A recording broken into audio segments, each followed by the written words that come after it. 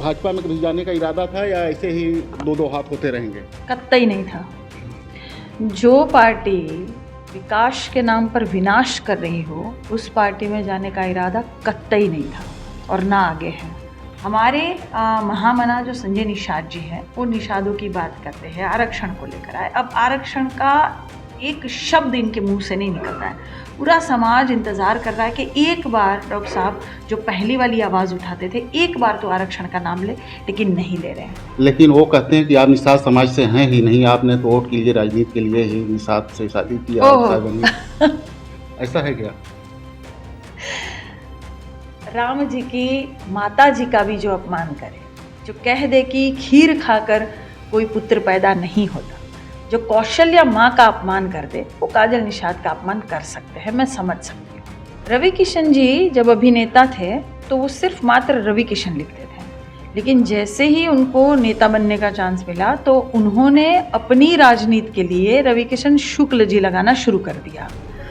शुक्ल जी, आप ब्राह्मण समाज के बहुत बड़े चेहरे अपने आप को मानते हैं, अपने आप को नेता मानते हैं, लेकिन योगी जी को जेब में रहने वाले ब्राह्मण नेता चाहिए।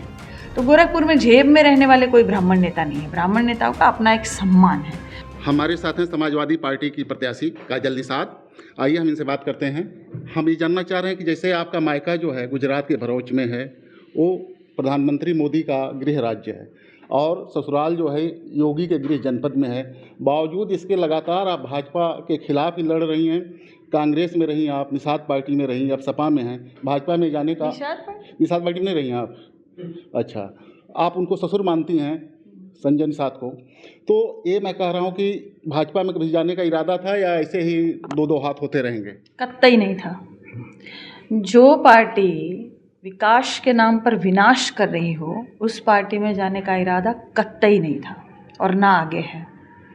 जो पार्टी देश की जनता को बर्बाद कर रही हो, जो पार्टी हर तबका को परेशान कर रही हो, हर वर्ग को परेशान कर रही हो, जिस पार्टी में अपराधी अपराधी नहीं लगते हो, रेपिस्ट को वो छोड़ देते हो, महिलाओं की इज्जत ना होती हो, मासूम बच्चियों के जान की कोई कीमत नहीं, उनके इज्जत की कोई कीमत नहीं, जो पार्टी युवाओं को परेशान करे, विद्यार्थियों को परेशान करे, किसानों के लिए कील उगाती हो, उस पार्टी में जाने का कतई इरादा नहीं है, कभी नहीं है। 2018 में जो उपचुनाव हुआ था, सपा ने यहाँ पर अपना प्रत्याशी जिताया था, तो क्या इस बार कुछ इस तरह का कुछ भूमिका बन रही है? कुछ बिल्कुल बिल्कुल बिल्कुल। किस आधार पर? कुछ जनता बहुत ज़्यादा खुश है, इसलिए भी खुश है कि काजल निषाद का व्यक्तिगत चुनाव ये नहीं है। ना मैं ना मेरी समाजवादी पार्टी कभी व्यक्तिगत चुनाव लड़ती है। हम जनता के मुद्दों को उठाते हैं, जनता की आवाज़ को उठाते हैं। जो दबे कुचले पिछड़े समाज के लोग हैं, जो प्रभुत्ववादी शक्तियाँ सालों से इनको घेरी हुई है शिकंजे में और गुलाम प्रवृत्ति के लोग समझकर दबा रही है, इनके हक अधिकार को खा रही है, हम उनके हक अधिकार की आवाज़ उठाते हैं सदियों से। इसलिए जनता की लड़ाई है, काजल निषाद की लड़ाई कतई नहीं है। इसीलिए जनता भारतीय जनता पार्टी को जवाब देने का काम करेगी। जनता ही भारतीय जनता पार्टी को हराएगी। जैसे आप संजय निषाद को अपना ससुर मानते हैं, क्या वो कभी बहू मान के आपको आशीर्वाद दिए? ऐसा है कि 18% निषाद समाज की आबादी है और भारतीय जनता पार्टी ने निषाद समाज को हमेशा ही छला है। 18% की आबादी और निषाद पार्टी जो एक बनी थी, जो भोजन भरी थाली थी, वो भारतीय जनता पार्टी डकार गई या भारतीय जनता पार्टी निगल गई, क्योंकि निषाद पार्टी से एक भी टिकट नहीं मिला। हमारे महामना जो संजय निषाद जी हैं, वो निषादों की बात करते हैं, आरक्षण को लेकर आए। अब आरक्षण का एक शब्द इनके मुंह से नहीं निकल रहा है। पूरा समाज इंतज़ार कर रहा है कि एक बार डॉक्टर साहब जो पहली वाली आवाज़ उठाते थे, एक बार तो आरक्षण का नाम ले, लेकिन नहीं ले रहे हैं। भारतीय जनता पार्टी की तरफ से उनके ही सुपुत्र को टिकट मिला, भारतीय जनता पार्टी के सिंबल पर, निषाद पार्टी के सिंबल पर नहीं। तो कोई अन्य है ही नहीं क्या निषाद समाज में? कोई ऐसा चेहरा नहीं है जो लड़ सके, जो नेता बन सके? किसी और को क्या नेता नहीं बनना है? कि संजय जी सिर्फ अपने ही घर भर को बार बार रिपीट कर रहे हैं? और पहले तो निषाद पार्टी का थोड़ा सा अस्तित्व था, अब तो वो भी भारतीय जनता पार्टी निगल गई। तो कैसे महामना है, मुझे बताइए। ये समाज को सरकार छलने का काम कर रही है, धोखा देने का काम कर रही है। भारतीय जनता पार्टी को लगता है कि परम आदरणीय निषाद समाज सिर्फ वोट के लिए बने हैं, सिर्फ चोट के लिए बने, ये सिर्फ मार खाने के लिए बने, ये इनके साथ धांधली कर दो, इनके वोट चुरा लो जैसे हमारा चुरा लिया। तो इनको ये लगता है भारतीय जनता पार्टी को कि इनको टिकट तो नहीं देना चाहिए, ये सिर्फ वोट के लिए बने हैं, राजा के लिए थोड़ी बने हैं, ये राशन के लिए बने हैं, शासन के लिए थोड़ी बने हैं, ये हुक्मरान और राजा बनने के लिए थोड़ी बने हैं, शासक बनने के लिए थोड़ी बने हैं। ये सिर्फ वोट दो, इनको वोट लो, इनको जो है धोखा दो और वोट लो। ये भारतीय जनता पार्टी का चाल चरित्र है जो अब सर्व समाज समझ गया है। आप ससुर मानते हैं उनको, लेकिन वो कहते हैं कि आप निषाद समाज से हैं ही नहीं, आपने तो वोट के लिए, राजनीति के लिए ही निषाद से शादी की, ऐसा है क्या? राम जी की माता जी का भी जो अपमान करे, जो कह दे कि खीर खाकर कोई पुत्र पैदा नहीं होता, जो कौशल्या माँ का अपमान कर दे, वो काजल निषाद का अपमान कर सकते हैं, मैं समझ सकती हूँ। अच्छा, फिल्मों में हम लोग देखें, फिल्मों से आपका जुड़ाव रहा है, तो जैसे फिल्मों में अभिनेता और अभिनेत्री साथ में रहते हैं, किसी भी मुद्दे पर लड़ते हैं, यहाँ पर अभिनेता जो है भाजपा से हैं, अभिनेत्री जो है सपा से हैं, तो क्या इस तरह से मतलब दो हाथ ही होंगे? देखिए, रवि किशन जी जब अभिनेता थे तो वो सिर्फ मात्र रवि किशन लिखते थे, लेकिन जैसे ही उनको नेता बनने का चांस मिला तो उन्होंने अपनी राजनीति के लिए रवि किशन शुक्ल जी लगाना शुरू कर दिया। शुक्ल जी, आप ब्राह्मण समाज के बहुत बड़े चेहरे अपने आप को मानते हैं, अपने आप को नेता मानते हैं, तो जब तिवारी हाथा पर रेड पड़ी थी, आपने रेड पड़वाई थी आपके सरकार ने, तो आप एक शब्द नहीं बोले। शुक्ल जी तब एक शब्द नहीं बोले। हाँ, दूसरी बात, शुक्ल जी जेब में पड़े रहते हैं योगी जी के, तो इसलिए योगी जी को शुक्ल जी अच्छे लगते हैं।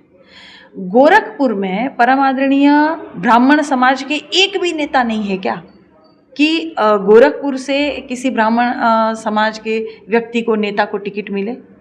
मतलब गोरखपुर में इनको जीत मिलेगी, ताली पड़ेगी जौनपुर में। जौनपुर के शुक्ल जी यहाँ आकर राजनीति कर रहे हैं। गोरखपुर में भी परम आदरणीय ब्राह्मण समाज के बहुत बड़े बड़े चेहरे हैं जो लड़ाई लड़ते हैं, दबे पिछड़े कुचलों की लड़ाई लड़ते हैं, आवाज़ उठाते हैं, ऐसे ऐसे वरिष्ठ नेता पड़े हुए हैं। लेकिन योगी जी को जेब में रहने वाले ब्राह्मण नेता चाहिए, तो गोरखपुर में जेब में रहने वाले कोई ब्राह्मण नेता नहीं है। ब्राह्मण नेताओं का अपना एक सम्मान है, कोई जेब में नहीं रहेगा, आवाज़ उठाएगा। भले सरकार गलत करेंगे तो उनकी नीतियों के खिलाफ भी आवाज़ उठाएंगे, लेकिन योगी जी हमेशा ही ब्राह्मण समाज का अपमान करने का काम करते हैं। मुझे बताइए, दोबारा रिपीट कर रहे जौनपुर के शुक्ल जी को, और जो पहले सिर्फ रवि किशन लिखते थे, राजनीति के लिए उन्हें याद आया कि अच्छा रवि किशन शुक्ल लिखना चाहिए, हैं? तो शुक्ल जी, यहाँ पे अगर महोत्सव होगा तो आप आएंगे, आप ठुमका भी लगाएंगे, लेकिन कहीं ब्राह्मण समाज की कोई तकलीफ होगी या उनके घर कोई घटना हो जाएगी, एक शब्द नहीं बोलेंगे। कानपुर में ब्राह्मण समाज की माँ बेटी के ऊपर बुलडोजर चल गया और जिंदा जल गई, लेकिन शुक्ल जी एक शब्द नहीं बोले। कैसे नेता है ये? मैं हर एक महिलाओं से पूछने का काम करती हूँ, क्या आपने देखा है सांसद जी को? तो कहते हैं नहीं बहनी, टीवी में देखा है। तो आप हकीकत में ज़मीन पर कब उतरेंगे? 5 साल जनता ने आपको दिया, प्यार, आशीर्वाद, सम्मान दिया, आप जनता को सम्मान देने का काम कब करेंगे? कब आप क्षेत्र में उतरेंगे? अब फिर टिकट आपको मिल गई है, फिर आप क्षेत्र में उतरने का काम करेंगे? तो सिर्फ वोट की ही राजनीति लोग करते हैं क्या? ये वोट की ही राजनीति करते हैं, किसी के लिए आवाज़ नहीं उठाएंगे। जब ईडी की रेड पड़ी तो एक शब्द नहीं बोला इन्होंने। इतने बड़े ब्राह्मण समाज के चेहरे के घर पर, तिवारी हाथा पर, आदरणीय विनय शंकर तिवारी जी के घर में रेड पड़ रही है और एक शब्द नहीं बोल रहे शुक्ल जी, तो कैसे ब्राह्मण नेता है? ये आहत करते हैं, समाज को आहत करने का काम करते हैं ये भी, और परम आदरणीय योगी जी भी। क्या आपको लगता है कि ब्राह्मण समुदाय का वोट आपको मिलेगा? क्यों नहीं मिलेगा? मुझे सर्व समाज का वोट मिल रहा है, मुझे सभी का प्यार, आशीर्वाद, सहयोग मिलेगा। क्यों नहीं मिलेगा? क्या ब्राह्मण समाज देख नहीं रहे कि रवि किशन जी एक शब्द नहीं बोल रहे हैं? क्या ब्राह्मण समाज देख नहीं रहे कि इनकाउंटर ब्राह्मणों का कितना हो रहा है तो एक शब्द नहीं बोल रहे रवि किशन जी? तो कैसे नेता चाहिए भाई? संसद से लेकर, सड़क से लेकर संसद तक की लड़ाई लड़े वैसे नेता चाहिए ना, जो आवाज़ उठाए वैसे नेता चाहिए ना, जो न्याय करे वैसे नेता चाहिए, कि जेब में पड़े रहने वाले और चूं और चा ना करे वैसे नेता चाहिए क्या? तो ब्राह्मण समाज अच्छी तरह से समझ रहे हैं, बुद्धिजीवी वर्ग है, ये समझते हैं अच्छी तरह से। इनका सहयोग, प्यार, आशीर्वाद मेरे साथ है। आपका कहना है कि निषाद समाज के जो राष्ट्रीय अध्यक्ष हैं, वो भी निषादों का वोट लेने के लिए ही काम किए हैं और भजाए हैं, लगातार भजा रहे हैं और भाजपा के पाले में डालने की कोशिश किए हैं। लेकिन निषाद समुदाय सब जानता है। और जहाँ तक ब्राह्मणों की बात है, रविकिशन शुक्ला यहाँ पे आकर के शुक्ला लिखने लगे हैं। पहले रविकिशन ही लिखते थे। ब्राह्मण समुदाय भी जानता है कि कभी भी उन्होंने ब्राह्मणों के खिलाफ जब भी अत्याचार हुआ तो एक शब्द भी नहीं बोला। और जो सपा है, सपा ने हमें हर वर्ग के लिए आवाज़ उठाई है और इस चुनाव में सभी वर्ग का वोट मिलेगा और काजल निषाद जीतेंगी, ये उनका दावा है। कैमरामैन मुन्ना के साथ डॉक्टर चंद्र कुमार मिश्रा, TV9 गोरखपुर।